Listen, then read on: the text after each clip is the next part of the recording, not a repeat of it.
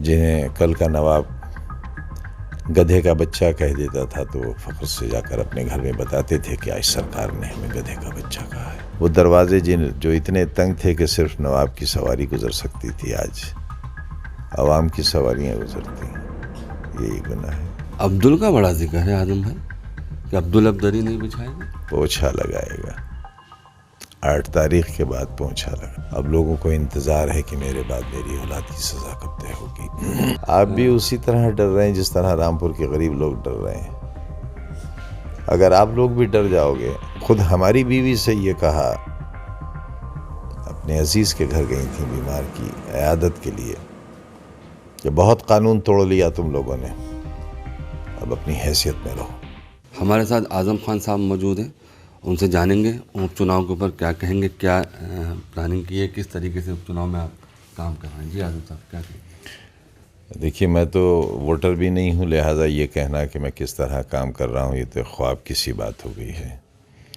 میں جانتا ہوں لوگ میرے ہیں، میں ان کا ہوں، اور اس شہر کے ذرے ذرے پر میرے پسینے اور خون کی چھینٹیں ہیں، اور وہ رشتہ کسی دہشت سے، کسی آتنک سے ختم نہیں کیا جا سکتا۔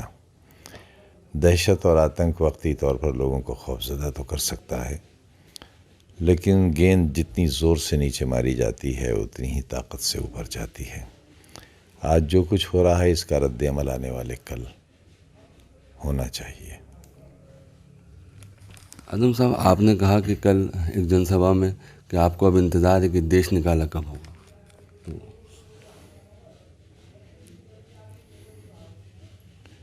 بس یہی ایک سزا رہ گئی ہے میری۔ میں اپنے بچے کی، جسے میں نے پیدا کیا، میری بیوی نے پیدا کیا، جو میرے نطفے سے ہے، ناکام رہا اس کی صحیح عمر کو ثابت کرنے میں۔ کہیں غلطی رہی ہمارے وکیلوں کی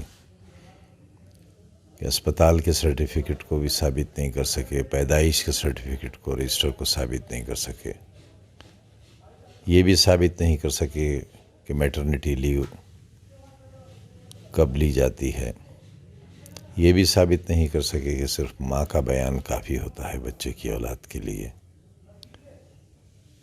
اب لوگوں کو انتظار ہے کہ میرے بعد میری اولاد کی سزا کب طے ہوگی۔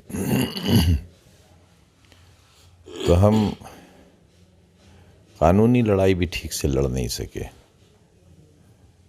اپنی کمیوں کی وجہ سے، اپنی ناتجربے کاریوں کی وجہ سے، اپنی غربت کی وجہ سے۔ کمایا تو ہم نے بہت کچھ، لیکن اپنے لیے شاید نہیں کما سکے، سماج کے لیے، لوگوں کے لیے، ان لوگوں کے لیے جو بہت نظر انداز تھے، بہت ستائے ہوئے تھے، جنہیں کل کا نواب گدھے کا بچہ کہہ دیتا تھا تو وہ فخر سے جا کر اپنے گھر میں بتاتے تھے کہ آج سرکار نے ہمیں گدھے کا بچہ کہا ہے۔ جہاں ہائی کورٹ کا جج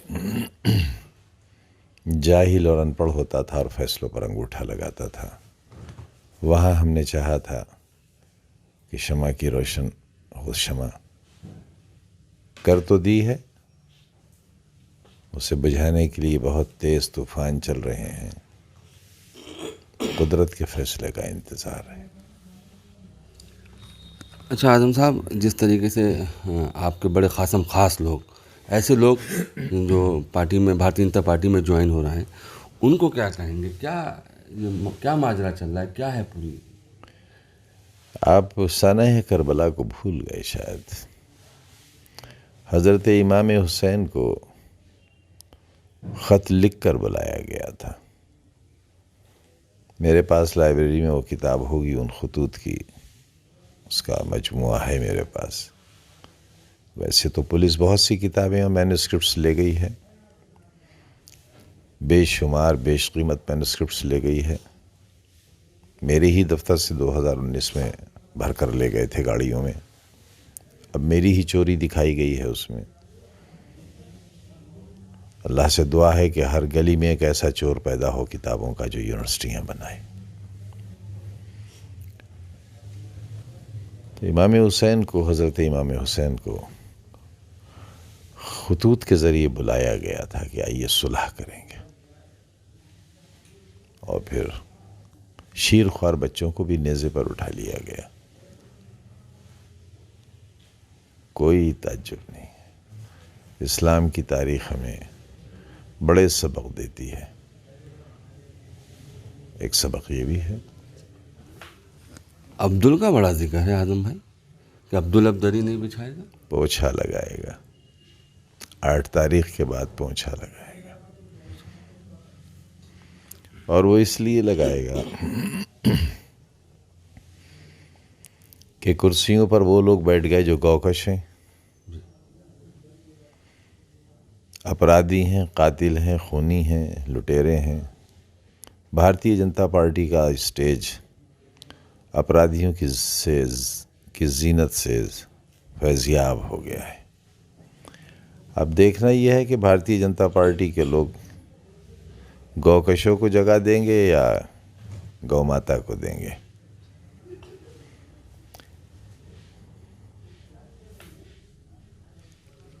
اعظم صاحب، آپ نے رات ایک جن سبھا میں اپنی کہا کہ سرکار جو ہے وہ آپ کے پیچھے ہے. کیوں لگی؟ کیا گناہ ہے آپ کا؟ تو آپ بتائیں گے. میرے گناہ تو یہ ہیں کہ میں نے ایک تاریخ تو لکھی ہے. یہی گناہ ہے. قلم دیا ہے بچوں کے ہاتھ میں، یہ گناہ ہے.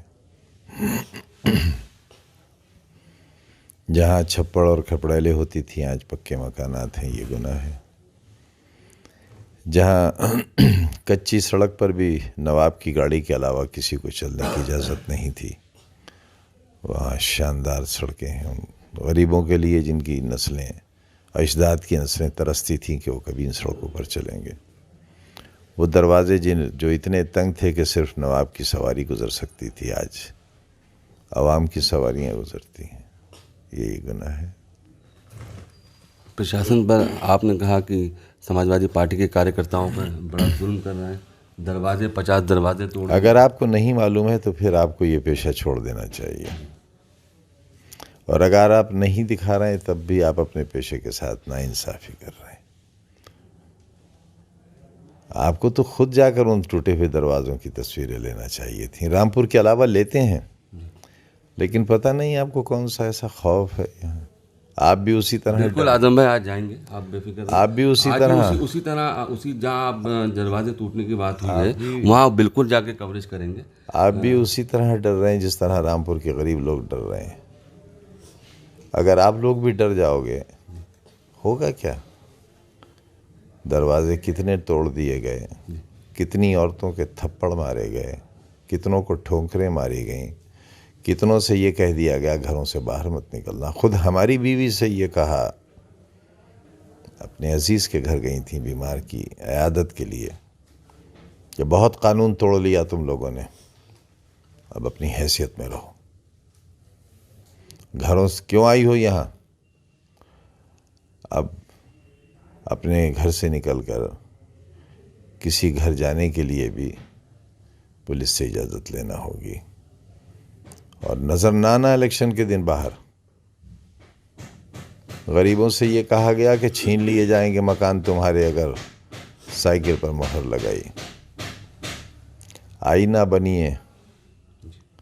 اور میں تو سمجھتا تھا اتنی دیر میں، مجھے یہی خیال آ رہا تھا کہ شاید میری رات کی گفتگو کے بعد کہیں نہ کہیں آپ کے ضمیر نے بھی آپ سے سوال کیا ہوگا، کیونکہ شہر آپ کا ہے، یہ ماں بہن بیٹیاں آپ کی ہیں.